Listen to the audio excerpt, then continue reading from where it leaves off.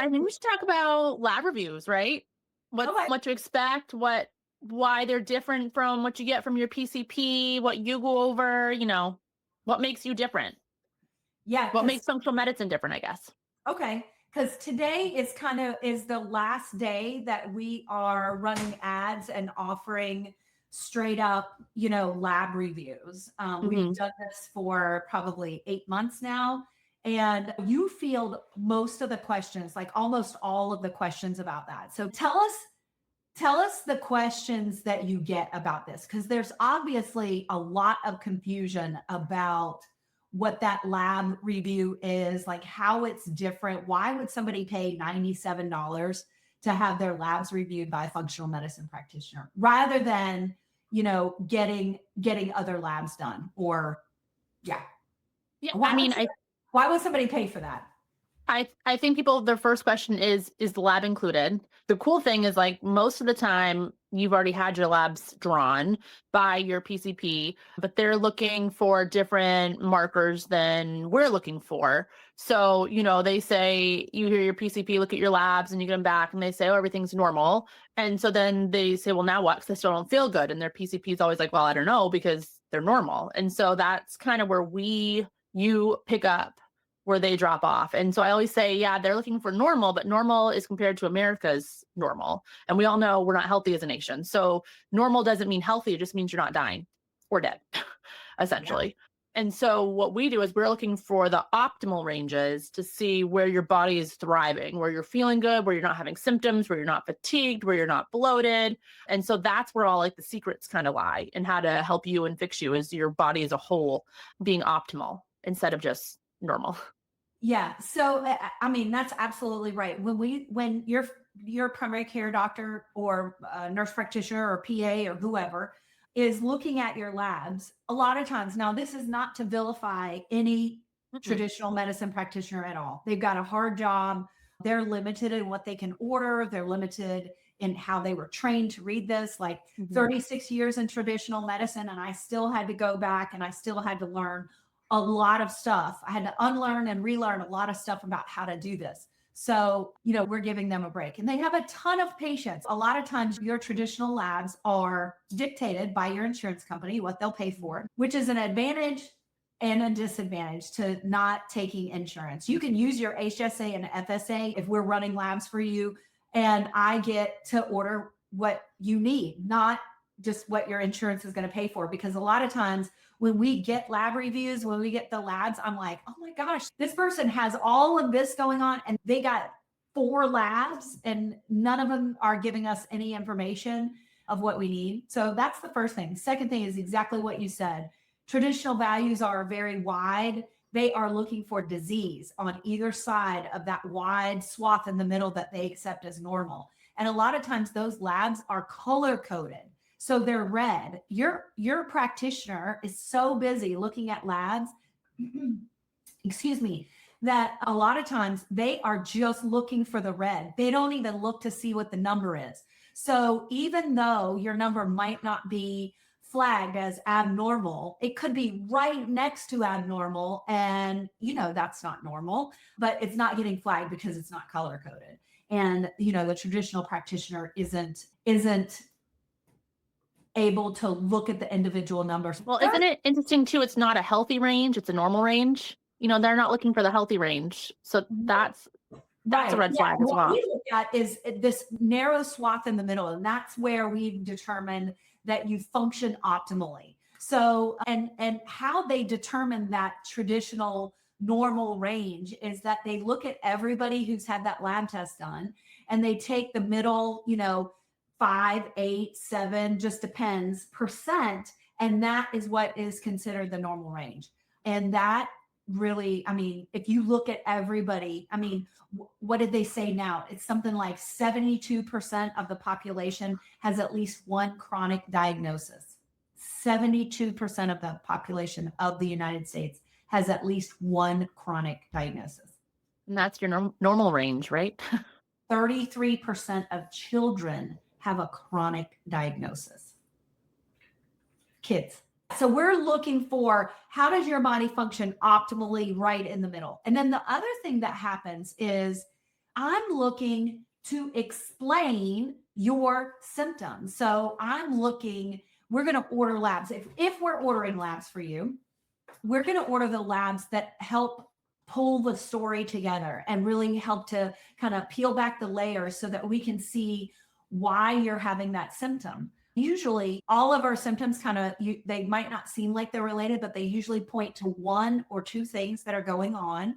A lot of times that starts in the gut. A lot of times that involves inflammation. And then from there, you get brain fog and difficulty losing weight and belly fat that won't go anywhere and difficulty sleeping and feeling tired all the time, but wired when you go to bed at night. Like all of that comes from that gut issue or comes from that inflammation. So what I find a lot of times is that, like people will come to us and they'll have a CBC, which is a complete blood count.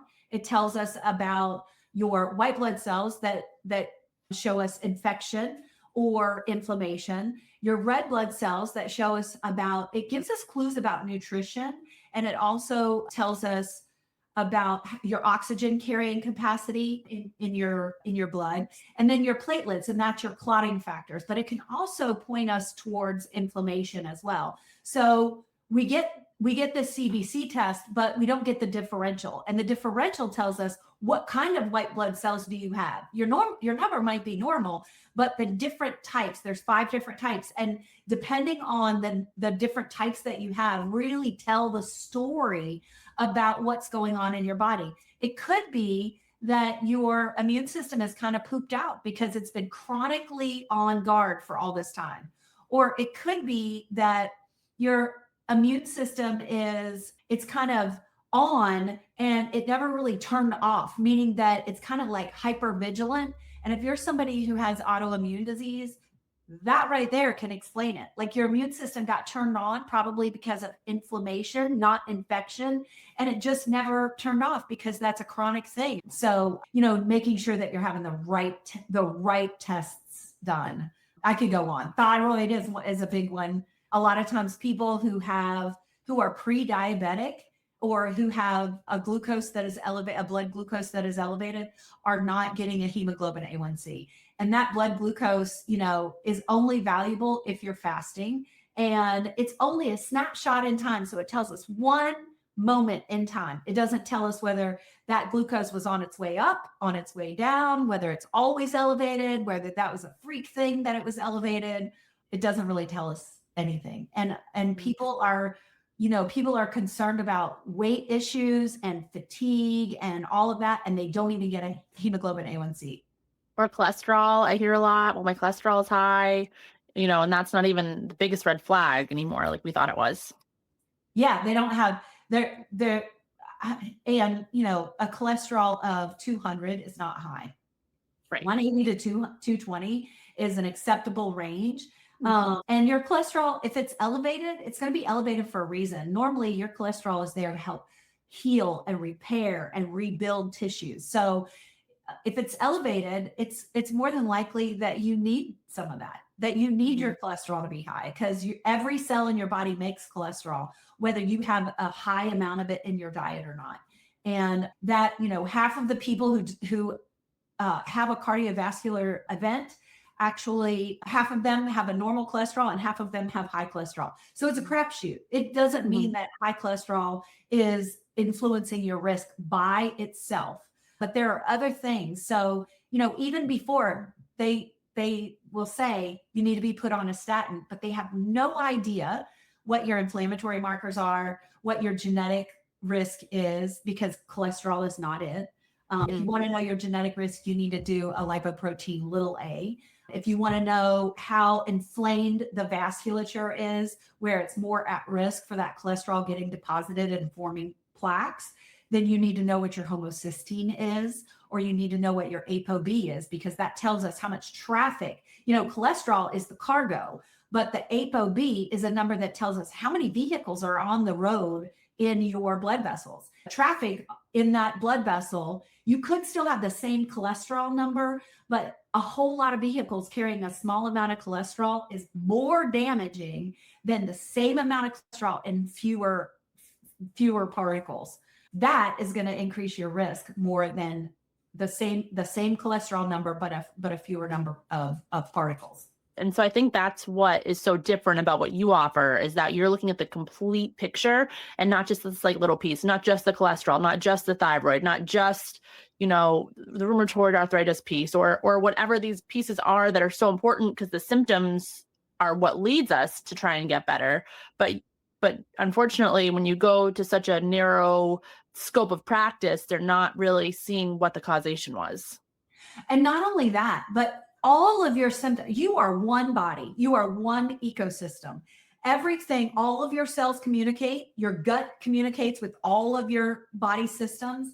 And so, in America, we have a siloed healthcare system. And what that means is, how if you have a farm and you have soybeans and you have wheat and you have oats and you have whatever, you put them in different silos. And that's what really our traditional medicine tries to do with us.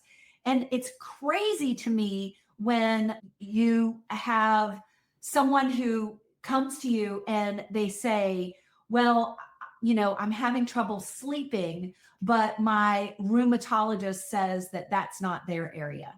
And I'm like, you don't think inflammation is going to affect the way that people sleep? You don't think that inflammation is going to affect your metabolism?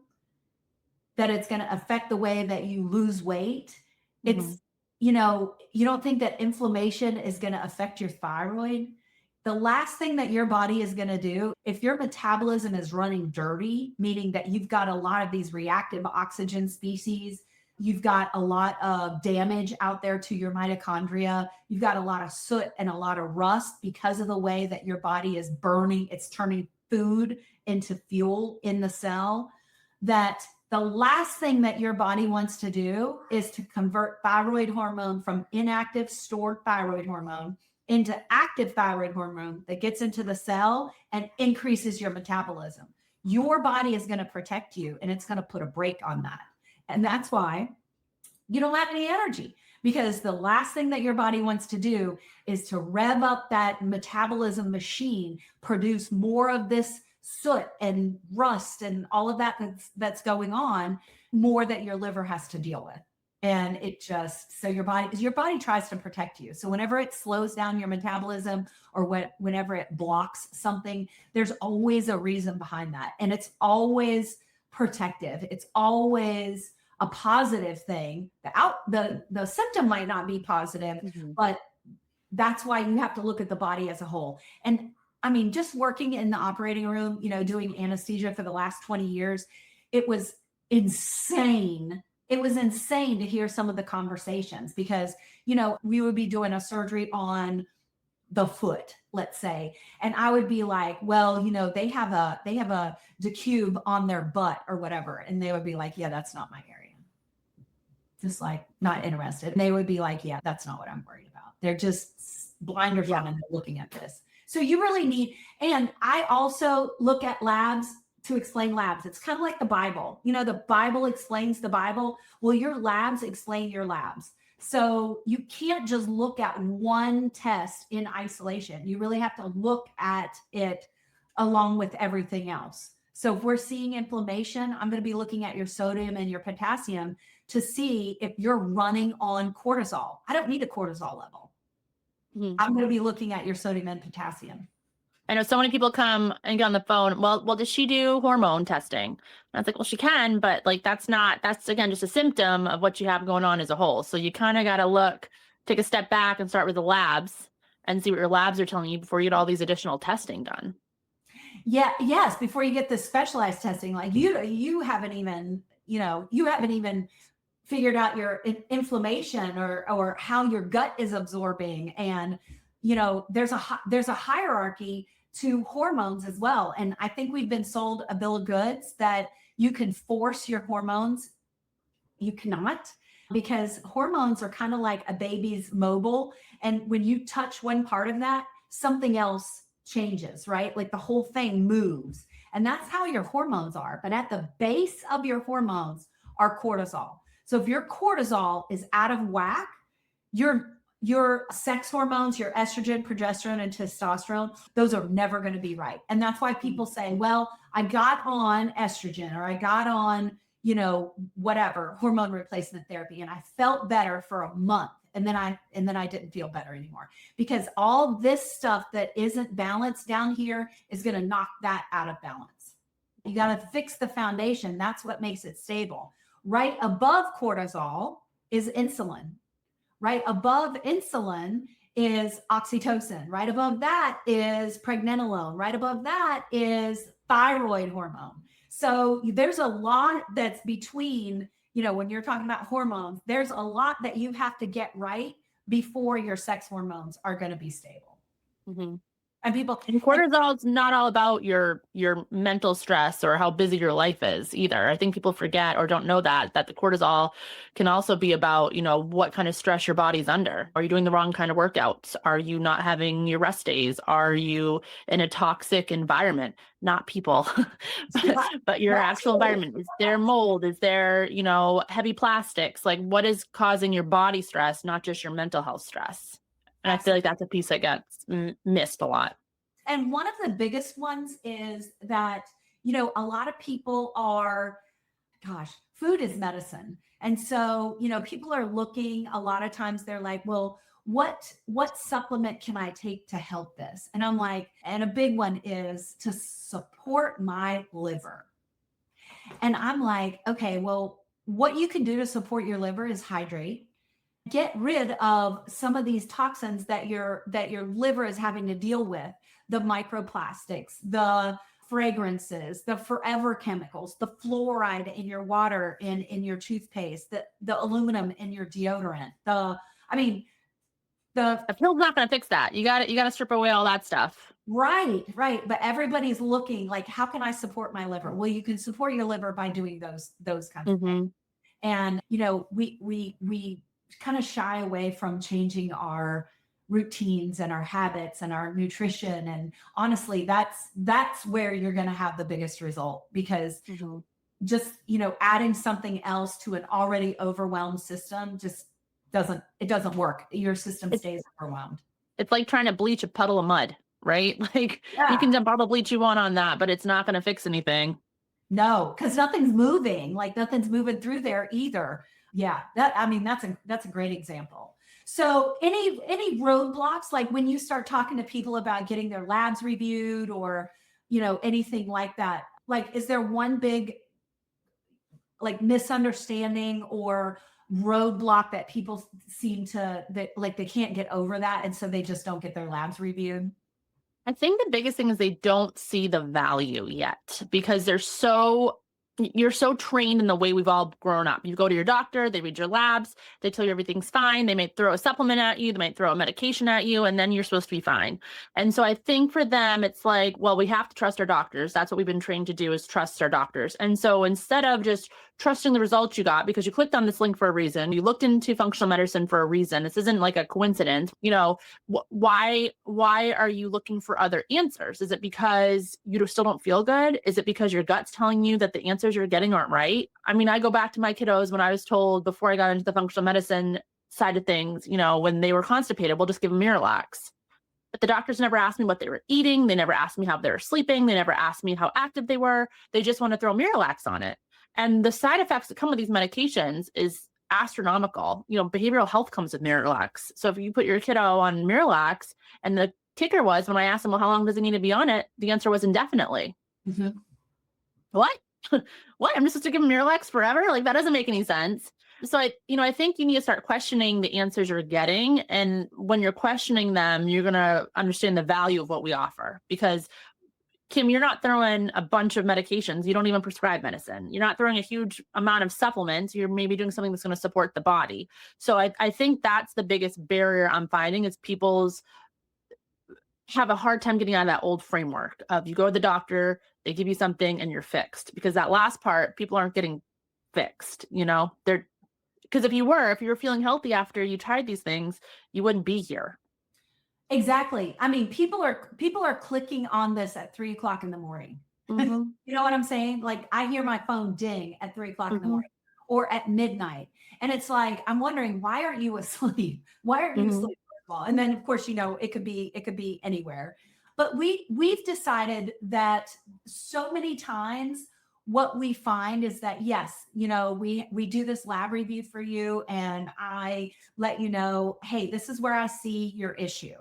I usually do offer, hey, this would be a supplement that I would recommend for you. Almost always, if there's one or two supplements that I'm going to recommend for almost everybody, it's going to be omega-3 fatty acids and it's going to be a digestive enzyme, because those are everywhere.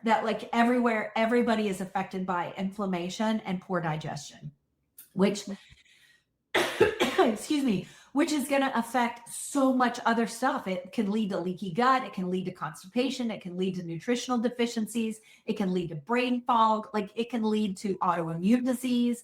Those two things are kind of easy to cover. But what we found is that the labs that we were looking at were really inadequate. If you're going to spend that money to have your labs reviewed, what I really wanted to do was to order all the labs. So we have a core health panel that literally is thebomb.com. And it's going to get to the root of cardiovascular risk. You're going to know at the end of this whether you are at increased risk from your cholesterol being high or not. You're also going to know how your metabolism is doing. You're going to know whether you are insulin resistant, which is so much more important and so different than having a high blood sugar. I want to reverse that insulin resistance because that's leading to inflammation. That's leading to your cortisol being elevated. And that just works in a loop. That just sort of feeds into this loop that it keeps you stuck. And I usually tell people, if we can get that first domino to fall, then that loop works in the opposite direction and it spins you towards more health rather than spinning you towards a diagnosis at some point. So we're offering Core Health Panel now, and we are offering a hair tissue mineral analysis. And because now we can control the information that we're looking at. You still get a lab review. It's just bundled into the cost of the lab, which is great. And just for people that don't know what the hair tissue mineral analysis is, you take a few pieces of your hair, you cut it, you send it to the lab, and Kim gets to see exactly what you're deficient in or what you have too much of. Because I get asked this a lot. People that are just starting on their health journey will say, well, what multivitamin do you take? No, I don't take a multivitamin because that's not to you. That's what whoever made that vitamin thinks that the general population might be deficient in. And it can actually work against what you need. And so, I went from having 20 supplements to having one I have to take a day, a couple others, like the digestive enzyme. But I take one supplement that has my magnesium, my calcium, oh my gosh, the list goes on, my different vitamins, B12, B whatever. Creatine is even in there. So it's literally it's cut my cost of supplements by so much. And it's so much easier to take just twice a day, opposed to, handfuls all day long.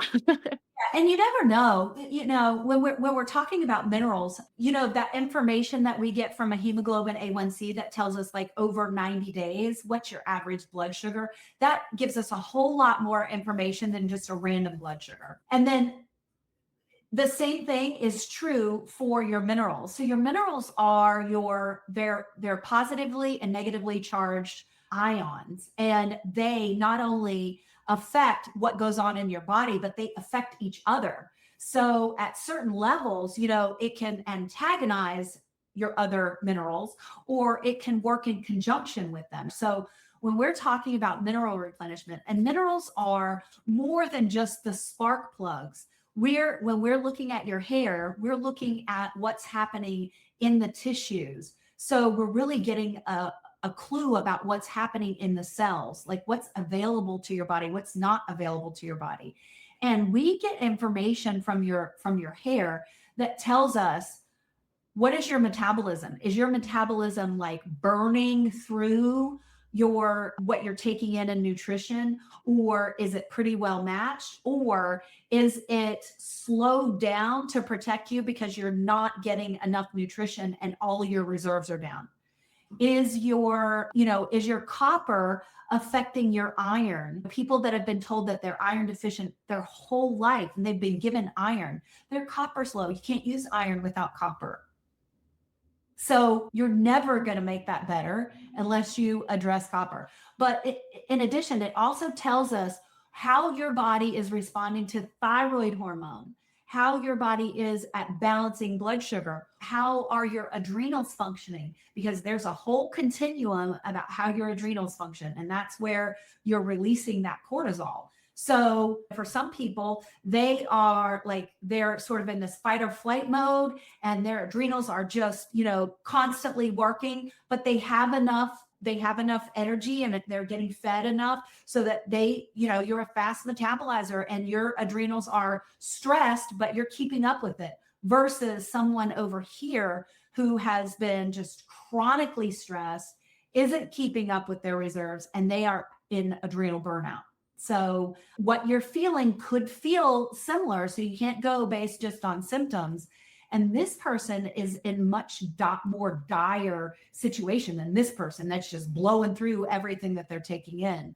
I mean, it's so fascinating about, and these minerals are also what builds our neurotransmitters. And just like going back to the hormones, we've been told that you can force your hormones to do what you want them to do, which isn't true. But we've been taught that our neurotransmitters are just genetics. Absolutely not true. Gut health plays a role. Your microbiome plays a role. Your nutrition plays a role. Your mineral status plays a role. All of that plays a role. And you can't affect, whether you have dopamine or GABA or, the serotonin, your feel good hormone, your oxytocin, like all of those are affected by your nutrition. So instead we get put on pharmaceuticals, right? To try and fix all those. And they don't get fixed. They just get masked, or your symptoms are relieved. It's not actual relief. Right. You're less in touch with what you're feeling, which is unfortunate. Mm-hmm. And they don't come without a list of side effects like this. Like everything has side effects, even mineral replenishment, mm-hmm. There's side effects from that, but your body is divinely made, knows what to do. You just need to sometimes get out of the way and stop poisoning yourself. And then number two, give it enough support so that it can actually do what it was meant to do. So today's the last day. If you want a lab review, you better get with Emily. Yep. I get it scheduled, because today's the last day that we're scheduling those. I mean, we're still talking about labs and we're helping people know where their bottleneck is and what they need to do. We're going to be ordering the labs for that, because I can tell you so much more information that way. And we feel better about that. I can give you more information if I had this. Well, and Kim, let's face it speeds up the process, because I think that's the other big piece of this is, I get people on the phone that want the lab review. Well, I'll have to go get labs from my doctor. So then instead of just us sending them the script and them going in the next day to get the labs, they're calling their PCP, they're waiting to get the call back. Then they get questioned, well, why do you need those specific labs? What are you feeling? The insurance isn't going to pay for those. These are just the roadblocks that they get. And then they say, forget it. And then they don't get them done. Or they come to us with already having labs done, and you review them and you need more of the full piece of the pie, right? Like you need to know all of those pieces. So instead of, again, getting their answers met, it's led with more questions. We need more information. So this kind of cuts out all that middleman and just gets people feeling better faster. It just gets you the data you need faster, so you can kind of get them going, opposed to like this, because it's like a month or two loop where people say, oh, I'll get my labs done in 3 months. And then they're not feeling good for 3 months. So I think it just kind of speeds the process up for everybody. Absolutely. Absolutely. And, I think a lot of people are like, well, insurance doesn't pay for this. And I'm like, there's a lot of things that insurance doesn't pay for. Insurance doesn't pay for, your food either. And this is along the lines of that, right? Mm-hmm. This is along the lines of that. And I think all the supplements that people have been trying and aren't working. I mean, I know hundreds of dollars I spent before I got these testings on supplements. Magnesium, I was using the wrong kind of magnesium. I was using it the wrong time of night. My stomach couldn't absorb what I was taking. So I was spending the same, if not more, than the labs on supplements that weren't working. So this cuts that out. It's going to save you so much more in the long run. Right. Right. And now when we do your lab review, this is not the do all end all. So I'm gonna show you the pattern. I'm gonna tell you like, hey, this is what I would do with my nutrition. Here's a couple of supplements that I would start with. Here's lifestyle stuff. That's probably number one. Like, get off your tablet at night, turn your lights down, take an Epsom salt bath, put a Yep, castor oil. castor oil pack on your belly button, put magnesium oil on your legs, get early morning sunlight, hydrate before you caffeinate, like all of those crazy little things that people freaking ignore. I just did a hair tissue mineral analysis for someone a couple of days ago, and I had done a lab review for her like a month and a half ago. She decided that she wanted more information. Well, when I asked her and I remembered her labs and I was telling her, yeah, remember this is what we saw in your labs. So now we're seeing it in your tissue as well. So this has been going on for a while. Did you do any of the things that I recommended that you do? No, not one. So it's frustrating. Yeah. It is frustrating. Somebody told me that, instead of doing functional medicine, that I should have done aesthetics because people are like laying down, they don't have any problem to look better. And I'm like, you know what? I can make you look better. I can make you look better and feel better. Yeah. From the inside out, right? Yes. Yes. So, all right. Any last words, Emily? I mean, I guess again, everybody that is watching this or tuned in is here because they want to feel better. End of story. So this is the first step, is getting your labs reviewed. Yeah. Yeah. Get the right labs, and get them looked at the right way. I'm trying to find the story of you in there. And, so many people, when they get the core health panel done or the hair tissue mineral analysis, they're sitting there the whole time, just shaking their head like, they feel validated and they feel heard. They know that their symptoms mean something and that they have answers. Right. They're not crazy. This is not just normal aging. You're supposed to feel good as you age. Like, so. All right, my friend. Thank you so much. So good to see you. Absolutely. Thanks, Kim. All right. I'll see you next week.